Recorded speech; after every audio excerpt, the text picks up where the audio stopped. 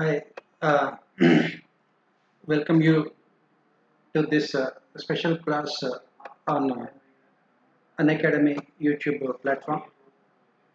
Today, as part of our special class, we will be looking at one of the important topics of our general studies examination, ethics.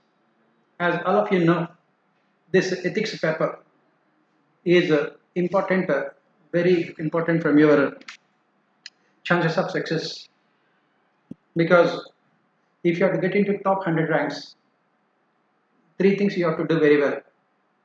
First one is you must be scoring very well in your optional. In your optional, you must be scoring at least 280 to 90 marks in your optional. This is a minimum for you to get into IAS. Then ethics paper, depending on the scoring in ethics paper, you must be scoring at least 115, 120 marks in ethics paper. Very, very important. In before last year, the scoring was very high. Some of our students have scored even 160 marks also. This year again, one of our students scored 127 marks in ethics paper, which is the top score in ethics paper this year. Right? So now the question here is how to get these kind of scores in ethics paper. Otherwise, people get around 70, 80, 90 like this only in ethics paper. What is the secret of success of those who are getting such very good marks in ethics paper? What is the secret of success of those who are getting such very good marks in ethics paper? Consistently, they will be getting such very good marks in ethics paper. What did they do, or what have they done differently to score those kind of marks in ethics paper? And what you should do to score those good marks in ethics paper? This is what the essence of our today's class. We will look at what can be done by you. We will look at what should be done by you. We will look at what may be done by you in a different manner to score marks in ethics paper. We will divide that into two classes. In one class, we will look at the section A part. In another class, we will look at these case studies. I mentioned, if you have any doubts, you can ask me as part of our discussions. So let us start. As usual, what we have done for other topics in general studies also, let us look at the syllabus of this ethics paper. Let us see the syllabus of this ethics paper. It says ethics and human interface, essence, determinants, and consequences of ethics in human actions. The dimensions of ethics, ethics in public and private relationships, human values, lessons from the lives and teachings of great leaders, reformers and administrators, role of family, society and education institutions in inculcating values, attitude, content, structure, function, its influence and relation with thought and behavior, moral and political attitudes, social influence and persuasion. Then aptitude and foundational values for civil services, integrity, impartiality, non-partisanship, objectivity, then dedication to public service, and empathy, tolerance, compassion. These are all the values towards weaker sections of society. These are all the values that civil servants must possess for them to become successful. Next one is emotional intelligence, concepts and their utilities, and application in administration and governance. Contribution of moral philosophers and thinkers from India and the world.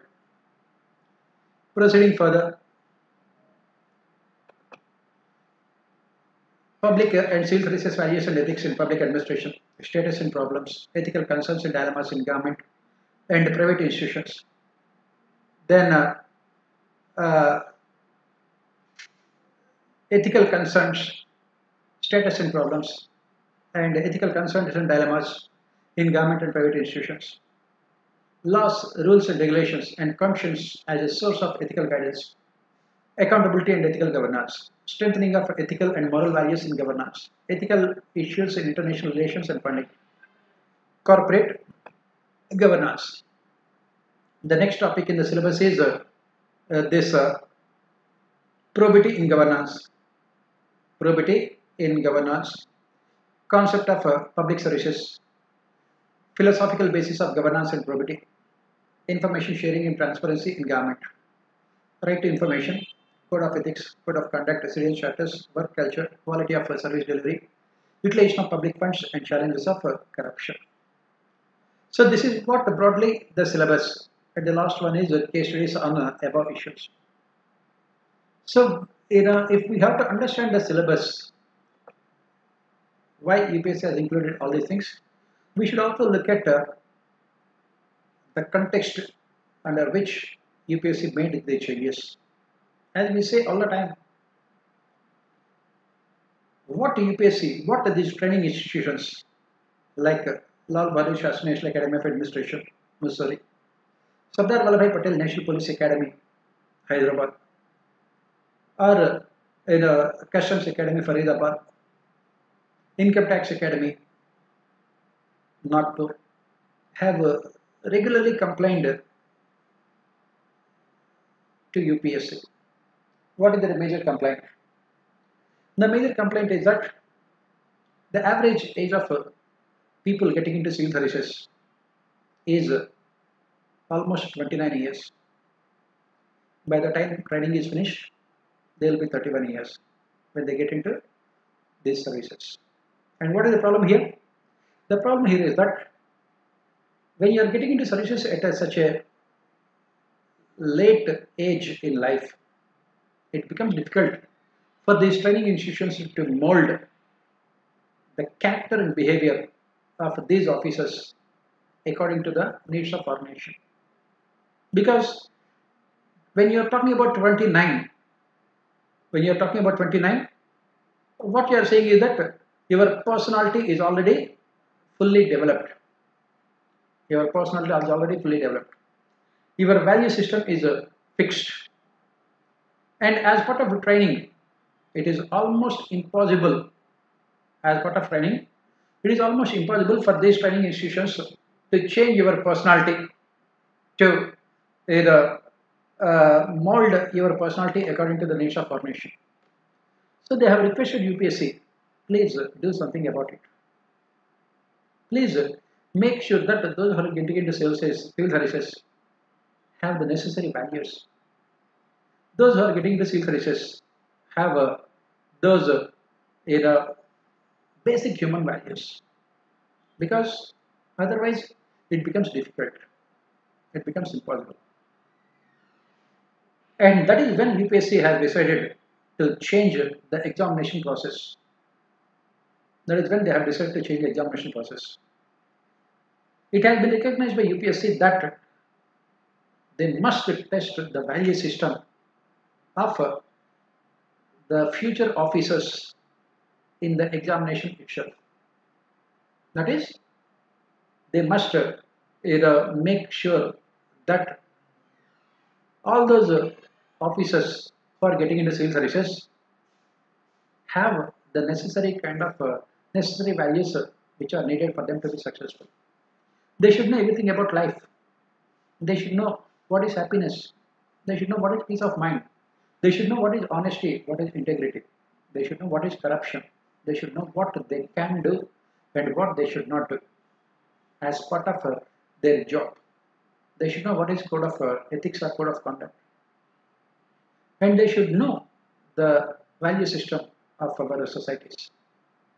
Then only they can be successful.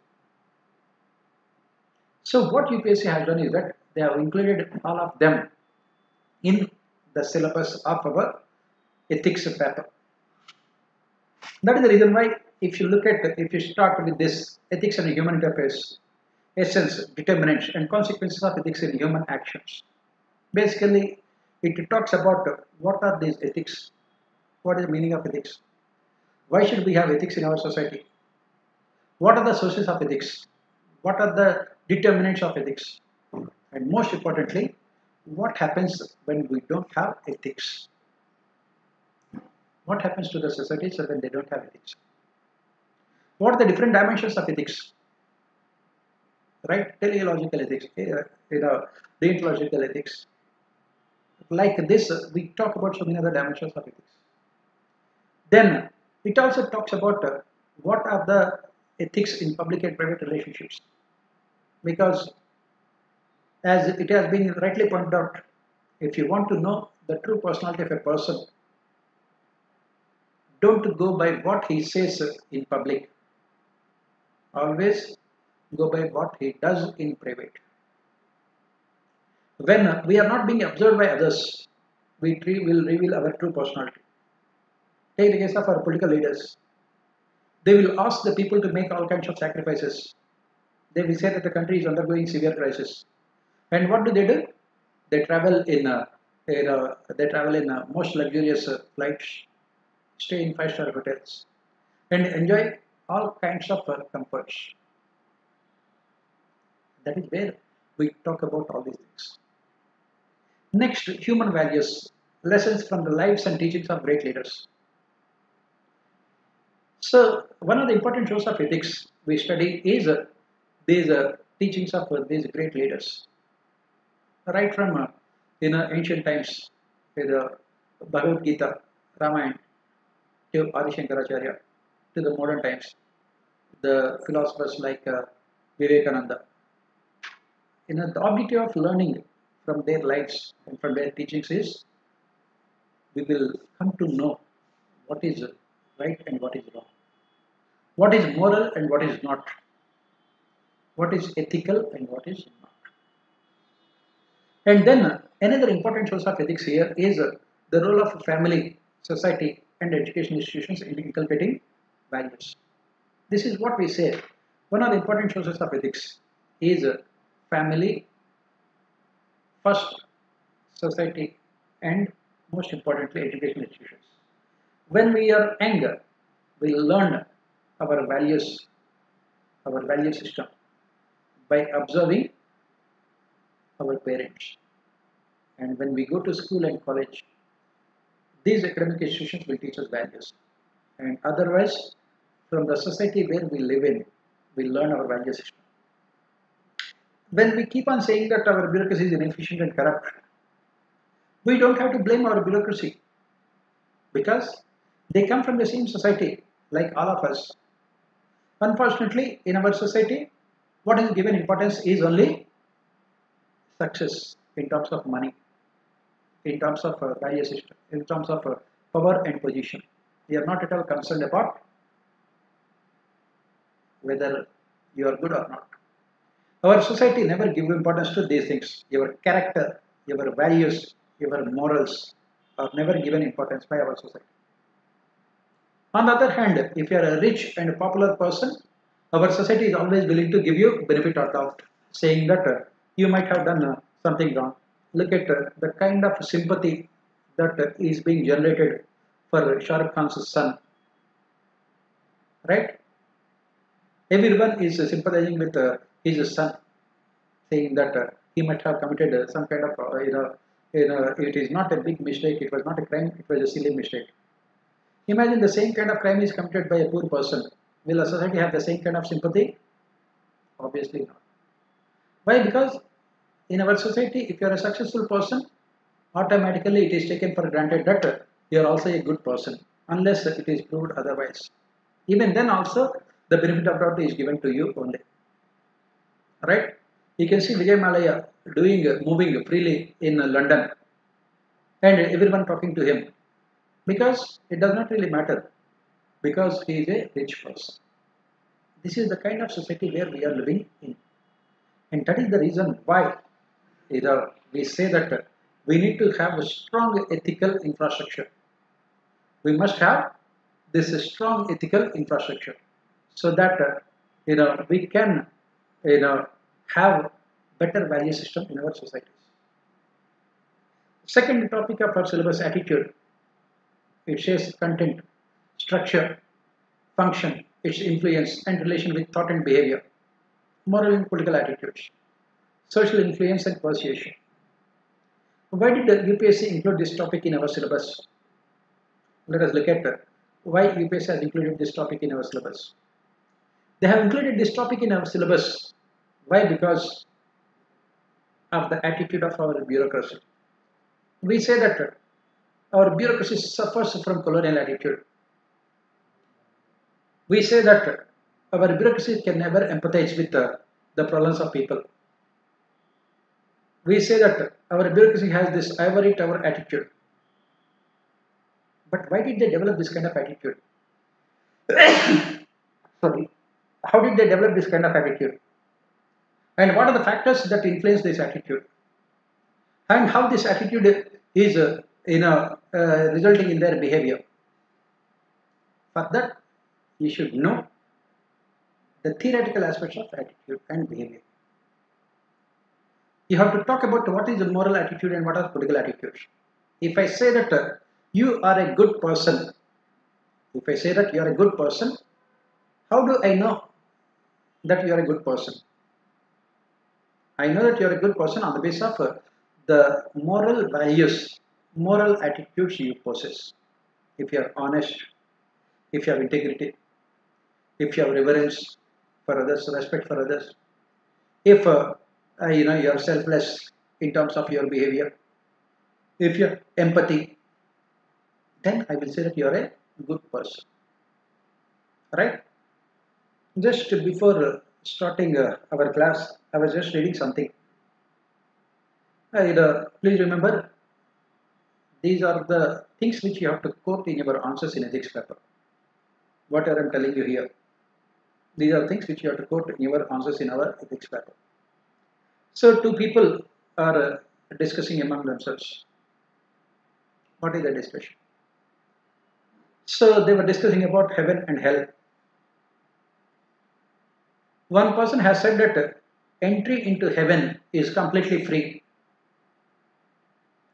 One person has said that entry into heaven is completely free. Whereas entry into hell is very costly.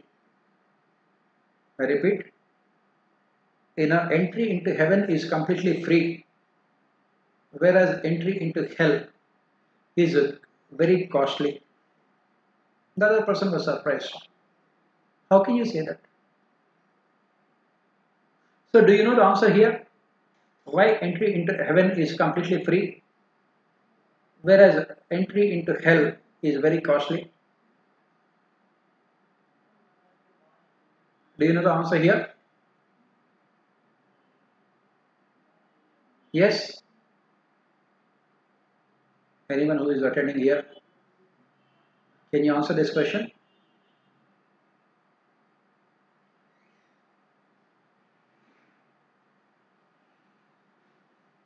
Yes?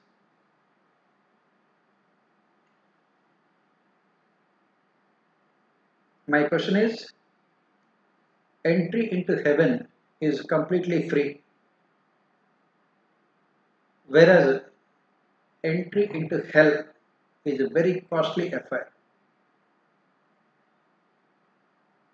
Right? Can you answer this one?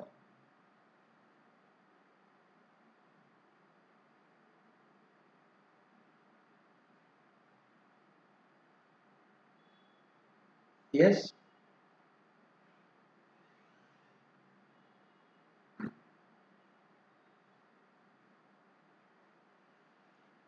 Okay.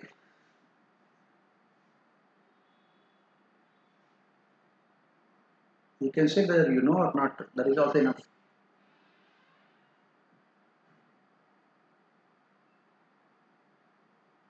Do you know?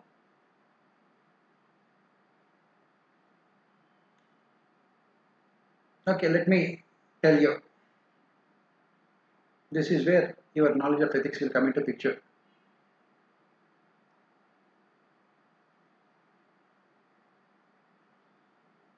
If you have entered into heaven, according to our mythology and everything else, whatever may be the religion, you have to perform all good deeds. That means you must have love towards other people. You must always serve other people. You should be selfless in terms of your service to others. You must sacrifice your personal interest for the sake of others. You should show kindness towards everyone, including human beings and animals. None of the things which I have said require money, right? None of the things which I have mentioned require money. On the other hand, when do you enter into hell? You will enter into hell only when you do something wrong, right? When you do something wrong, you will go to hell. What is this doing something wrong? Cheating people, taking drugs, taking and manipulating others, exploiting others, right? Right? Right? And it requires all these things will require money. If you have to take drugs, you can take drugs only when you are son of Shah Rukh Khan. Not many poor people can take drugs. You can take alcohol, right? Only when you have money. To deceive others, also you need to have money. So, to perform all kinds of these sins, right? To perform all these kind of sins, you require money. And that is the reason why we say that entry into hell is a very costly affair. You have to kill people. You have to cheat people. You have to deceive people. You have to cause harm to animals. You have to eat non-vegetarian food. You have to kill animals. And you have to drink alcohol. You have to take drugs. All these are all very costly affair. That is the reason why it is said that entry into hell is a costly affair, whereas entry into heaven is very easy. That is the reason why Mother Teresa, in spite of being the fact that she was she was not having any kind of money of her own, could go to easily heaven, and that is the reason why most of these top businessmen will never go to heaven, because they commit so many mistakes which are extremely costly. Right? This is what I say when I talk about ethics, understanding ethics in both the letter and spirit. Right? For this ethics paper, right, obviously, if you are caught in jail, if you are caught, taking bribes, you have to go to jail also. But the jail punishment, that jail term punishment is not sufficient. Still, you will go to heaven.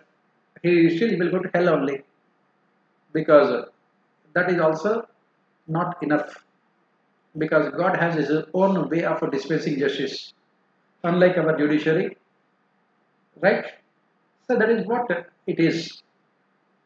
So that is the reason why UPSC will focus on asking all these questions, and I want you to be prepared to answer all these questions. Then come to the next topics in our syllabus. Aptitude and foundational values for civil services: integrity, impartiality, non-partisanship, objectivity, dedication to public service, empathy, tolerance, and compassion towards the weaker sections. These are all the civil services values. UPSC has mentioned here only 6 or 7 values, but we talk about at least 20-25 civil services values. Every year, you have lots of questions about these civil services values. Every year, you have lots of questions about these civil services values that UPSC will ask. Then emotional intelligence, concepts and their utilities, and application in administration and governance. What is this emotional intelligence? Why do we need emotional intelligence? As a civil servant, what are the advantages of having this emotional intelligence? When do you have to use your emotional intelligence? In administration and governance. Contribution of moral thinkers and philosophers from India and the world. You have to talk about Indian philosophers, you have to talk about Western philosophers, you have to talk about political philosophers, you have to talk about moral philosophers. You will be discussing lots of thinkers and philosophers here. Then public civil services values. This is all these topics require in-depth knowledge of public administration. When I say public administration, I am talking about the technical aspects of public administration. That is the reason why those who have a good knowledge of public administration can easily get good marks in ethics paper also. And similarly, those who have good knowledge of ethics will also score very well in public administration. Here we talk about what are the values that civil servants must possess. What are the problems, what are the ethical dilemmas in government and private institutions. What are the ethical dilemmas you face as a civil servant. Your superior will come and ask you to sign a file. You know that that file pertains to the corruption of your superior. If you don't sign the file, you will be punished by your superior. He will say that I will suspend you. If you sign the file, you know that it is completely not only unethical but also illegal also. You are facing an ethical dilemma here. What should you do now? Should you sign the file or not? How to resolve that ethical dilemma? Then you will ask your superior, give me share in the bribe also, so that it is a win-win situation for you, your superior and everyone else. Right? This is how you resolve the ethical dilemma. But don't write these things in the examination. Right? What you have to write in the examination? You will tell your superior that I will not sign the file. If you want to suspend me, you can suspend me. That is what you have to write in the examination. That is how you resolve the ethical dilemmas. Then laws, rules and regulations and conscience as sources of ethical guidance. Accountability and ethical governance. Strengthening of ethical and moral values in governance. What should be done? And then ethical values in international relations and funding, corporate governance. Right? So this is all what we call applied part of ethics paper. This is all applied part of your ethics paper. Application part of your ethics paper. What are the problems faced in corporates? How do they resolve those ethical dilemmas? What is this corporate governance? Can corporate governance and corporate social responsibility be the same? If they are not, what are the differences?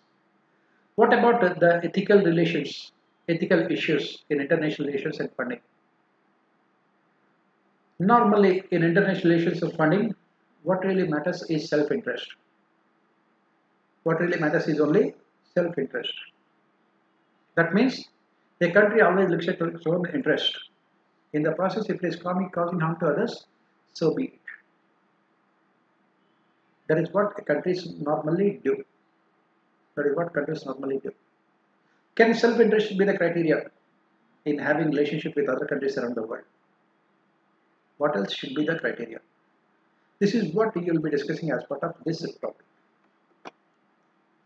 Then probity in governance, concept of public service, philosophical basis of governance, and probity, information sharing and transparency in government, RTI, code of ethics, code of conduct, civilian charters, work culture, quality of service delivery mechanisms, utilization of public funds, and the challenges of corruption. Again, all these topics require good theoretical knowledge of public administration. You need very good theoretical knowledge of public administration to do all these topics, to either understand them. Why do we need civilian charters? What are the reasons for corruption? What is this difference between systemic and systematic corruption? In what way transparency and accountability in governance, what we call it as good governance, help us in removing corruption if not eliminating it totally? What are the problems in utilization of public funds? Then, what kind of work culture we have in our country? What is the problem with this work culture? This is all what you find as part of section A, right? And what are the sources? As usual, let us look at the sources. What are the sources for these topics? First and foremost, Second Administrative Reforms Commission report on ethics in governance. Very important source. Second ERC report on ethics in governance. Second source, or even the first source, is our handwritten notes, class notes. It covers every topic of the syllabus in a very extensive manner. Our handwritten notes will cover every topic in a very extensive manner. Then the next source is, as mentioned, the Second Administrative Reforms Commission report on ethics in governance. Next important source is Second ERC report on ethics in governance. Third important source is Second Administrative Reforms Commission, another report, that is Civil Services, 10th report, Civil Services. And then you can also go through Mahatma Gandhi's autobiography, My Experiments with the Truth. And then you can also go through this biography of these former civil servants. Vinod Roy has written a book which has become very popular. Not just an accountant.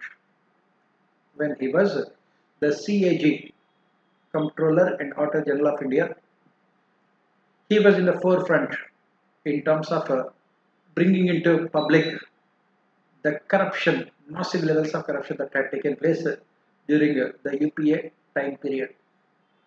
Whether it is 2G spectrum scam, whether it is coal scam, whether it is Adarsh scam, or so many other scams also. Right? So you please go through these things. That should be sufficient. But at the end of the day, what really matters is how you are writing answers. Because you can go through as many sources as you want. You can go through as many sources as you want. But what is needed is your expression. What is needed is your ability to come out with a very simple, you said, clear-cut answers in the examination hall. And the average score in the ethics paper is always very less, except for last year. Average score in the ethics paper is always very less, 70, 80 marks, or even 90, either out of 250. That means it's not even 30% also, 30-35%. Why? Why? Because people read too much, understand too little, and when they go to the examination, they write nothing. That is the reason why they don't score marks also. So let us take up last year's ethics question paper, section A, and let us try to answer those questions as part of answer writing, because it is better to explain answer writing with the help of UPSC questions only, right? So let us proceed with the question paper.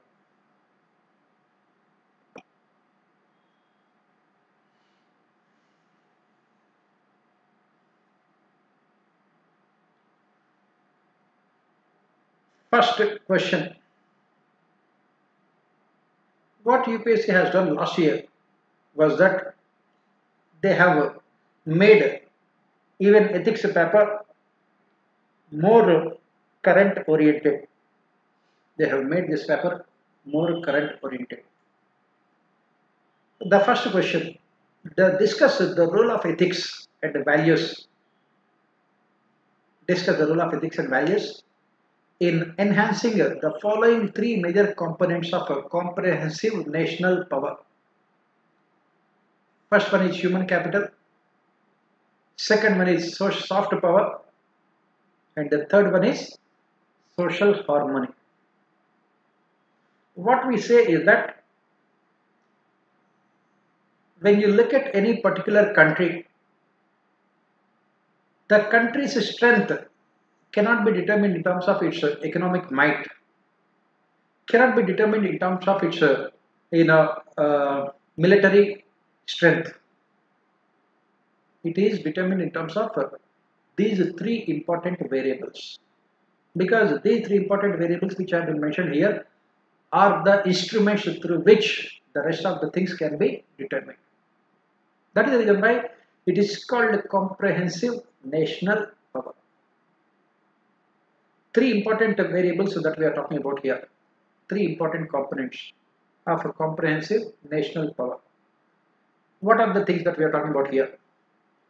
We are talking about human capital. Human capital means the human resources of a country. Human resources of a country. You take any country in the world, the biggest strength of its country, the country is not its natural resources, not its physical resources, not its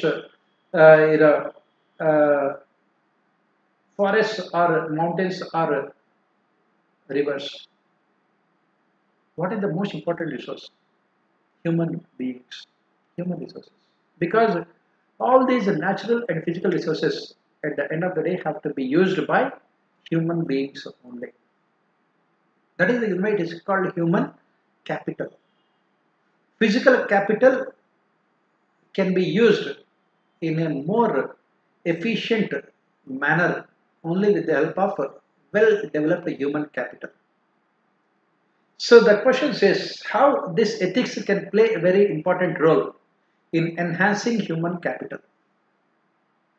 How ethics play an important role in enhancing human capital.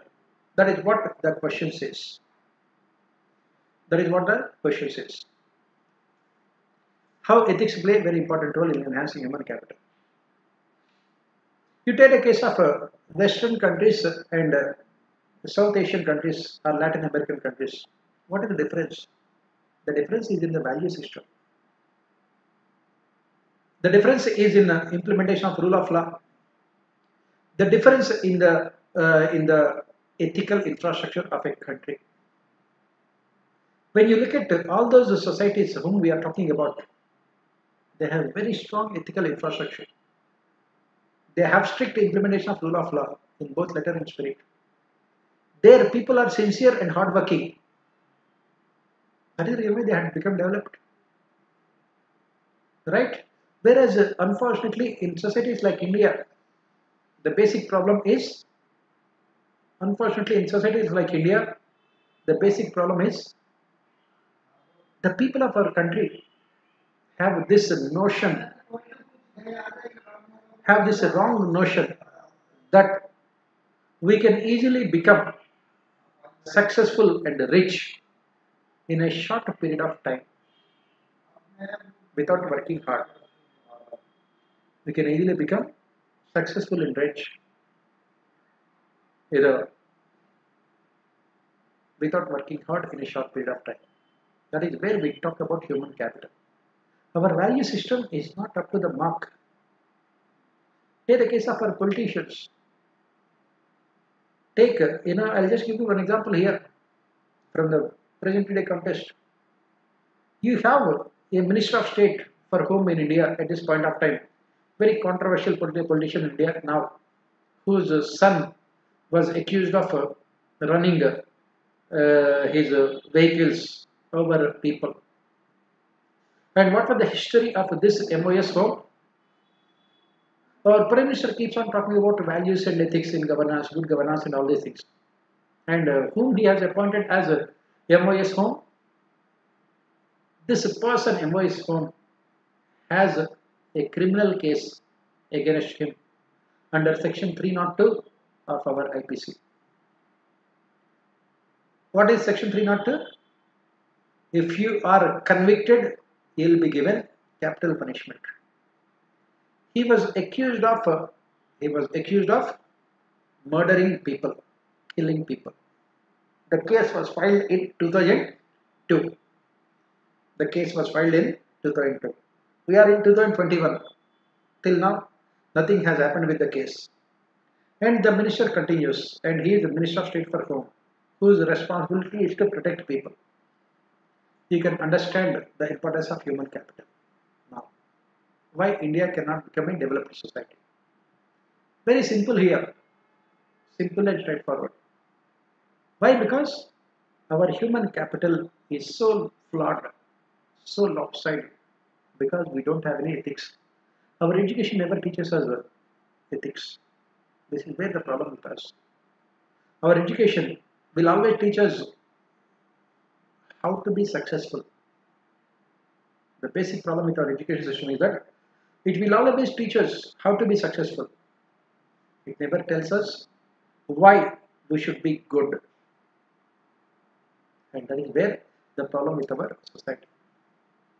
That is the reason why, if you look at this in a comprehensive national power, India's position is very, very low. Why? Because our human capital simply does not possess the kind of values. Because the moment you come to positions of power, the first thing you will do, the first thing you will think is how to exploit other people using your positions of power. That is the reason why, more than 43% of our MPs have criminal records against them. Because our human capital is not at all perfect. Second is soft power.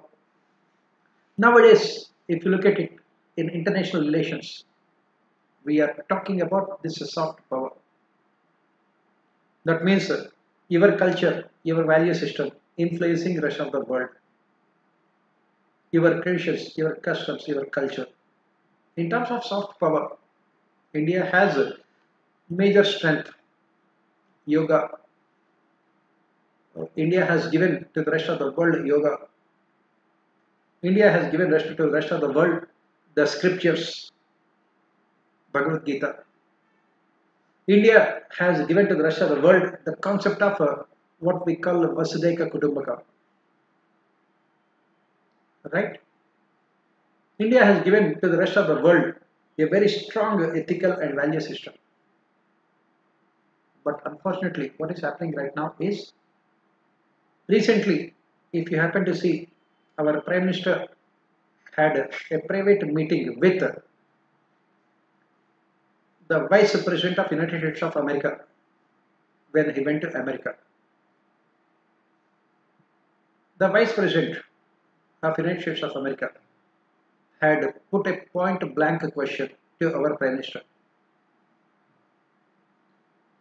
Democracy is one of the strengths of India, but why this democratic values, democratic culture is fast disappearing in India? Why Indian society is becoming such intolerant society? Why the government is behaving in such a dictatorial manner? Americans, you must remember, are not like Britishers. Americans are straightforward in their thinking, in their talk. They don't beat around the bush. India is becoming what we call completely intolerant society. We are more than happy to punish all those people who do not follow our ideas and ideals, our traditions and customs, our cultures and our beliefs.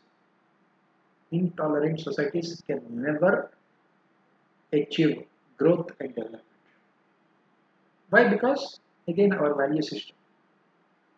Our value system. Because we are learning all kinds of wrong values from our society. And that is where the third variable also comes into picture, social harmony. If you happen to see, Assam High Court had dismissed this UAPA, Unlawful Activities Prevention Act, use of UAPA against some people, because they had put some posts on the social media regarding Taliban takeover of Afghanistan.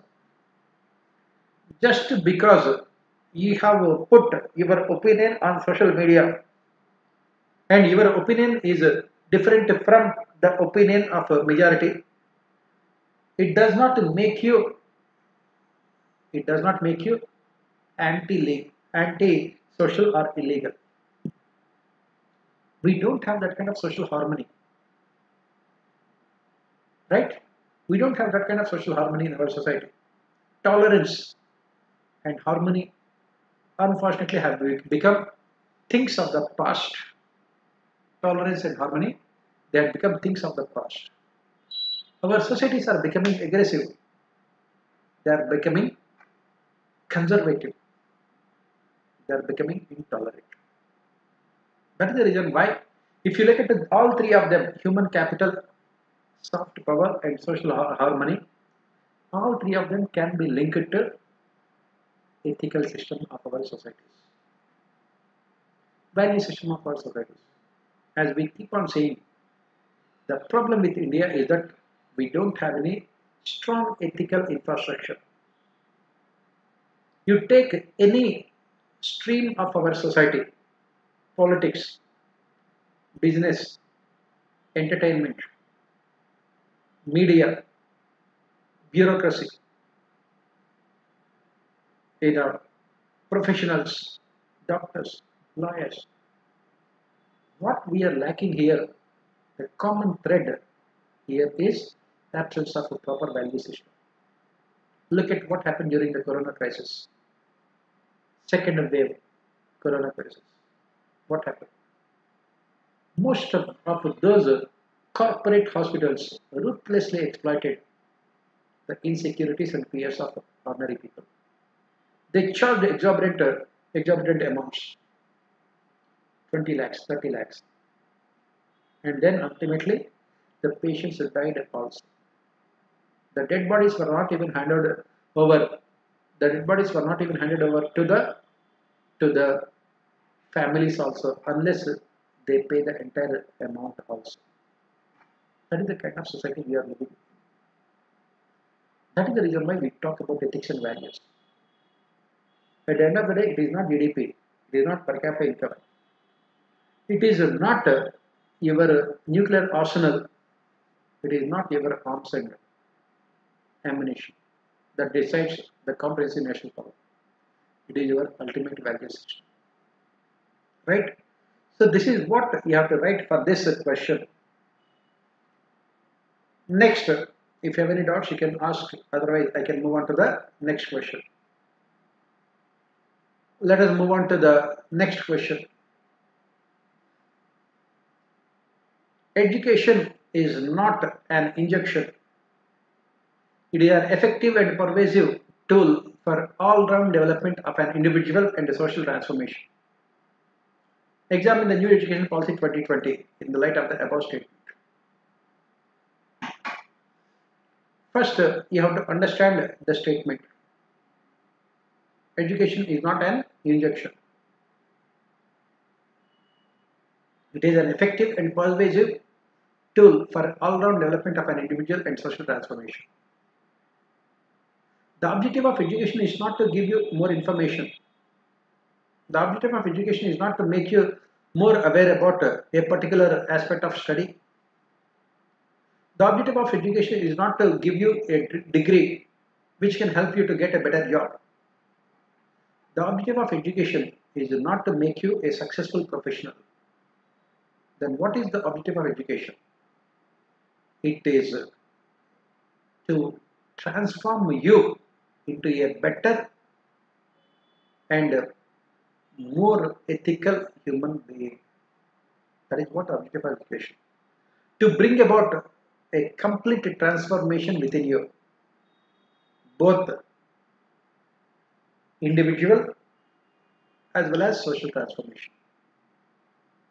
That is the reason why we study knowledge without values is dangerous, and values without knowledge is useless. Knowledge without values is dangerous, and values without knowledge is useless. And the question says, in the light of the above, examine the new education policy 2020. What is the role of new education policy 2020 in bringing about this kind of a transformation, right? So first and foremost, what this new education policy 2020 has done is that it has done away with the compartmentalization of education. That means the education system that was introduced by the Britishers, that was continued for a long period of time, it has compartmentalized education into arts, humanities, commerce, and sciences, like this. So what it has done is that a person who studies sciences does not know anything about the history of the country. A person who studies history does not know the function of how a refrigerator functions also. A person who studies economics does not know anything about the constitution. And a person who studies biology does not know anything about human relations. He studies only human body but not human relations. That is where the problem is. That is the reason why what our education policy 2020 has done is that it wanted the future students of the country, of course the present as well as future students of the country, to overcome these limitations and become a well-informed multidimensional personality. Well-informed and multidimensional personality. The next important feature of this new education policy is that it has eliminated the rigidness of our education system. For example, you have completed your graduation first year. You can take a break, go and work, come back, and then go to the second year of your graduation. You can do that from any college or university that you want. It need not be done from the same college or university. You can do it from anywhere else. So that it gives flexibility to individuals. There are no rigid, years of education. Third important aspect of this new education policy from the point of view of transformation is it emphasizes on what we call ethics and values. Value-based education is also to be given more importance. Of course, the new education policy did not speak much about it. That is also one of the criticisms. But this value-based education also should be given more importance. This is another important feature of the new education policy 2020. So that we can ensure all-round development of an individual. And fourth important feature of this education policy is that this education should not be seen from the perspective of competitive examinations or from the perspective of getting better jobs. It should go much beyond this vicious cycle of competitive examinations and professional jobs. Its objective is to ensure complete transformation. That is what the objective of new education policy. We will have to see whether these objectives can be achieved in reality or not. So this is what you have to write for this question. Moving on, let us go to the next question.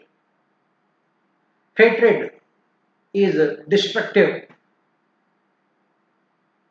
of a person's wisdom and conscience. Hatred is destructive of a person's wisdom and conscience that can poison a nation's spirit. Do you agree with the view? Justify your answer. To answer all these kind of questions, what is required is your complete knowledge about your society. What is happening in your society? You must be open to know what is happening in your society. So let us try to understand the statement first. Hatred is destructive of a person's wisdom and conscience that can poison a nation's spirit. That means if you are consumed by hatred, what happens? It will destroy your vision. It will silence your conscience. Ultimately, it will poison nation's spirit also. How? Do you agree with this view? Definitely we agree with this view. 100% we agree with this view. For example, take the case of India, which is as diverse and as large as any other continent in the world. I am talking about a continent. The kind of diversity that India has, you will not find this kind of diversity in majority of the continents also. Take the case of Europe, America, Africa. You don't find the kind of diversity in those continents, the kind of diversity that India has. We have, so many religions. We have so many castes. We have so many languages. We have so many regions. We have so many ethnicities, races. And we have so much of other diversity also. Now what happens here? When you start believing that my religion, my language, my caste, my region is great, then what do? You start developing hatred towards other people. You start developing hatred towards the diversity in the society, and you want homogeneity.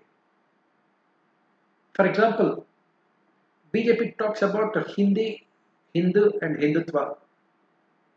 One country, one religion, one country, one language, and one country, one culture. But can it be the case? Should it be the case? India's strength always lies in what is called unity in diversity. On the other hand, when you become conservative, when you become inward looking, when you become intolerant, results in hatred. In the last few years, we have seen so many examples of this hatred poisoning our national spirit. Communal violence. People are routinely killed because of their religion. Caste-based conflicts. People are killed because of their caste. Please remember, we don't have any control over them. When we take birth, do we know what is our religion and what is our caste? We don't. But we are being killed because of the mistake that was not committed by us. Why? Because the hatred that we develop towards others. That is where the problem is. The country is facing so many problems: regionalism, secessionism, communalism, caste-based conflicts, violence against gender, linguistic agitations, then racial violence.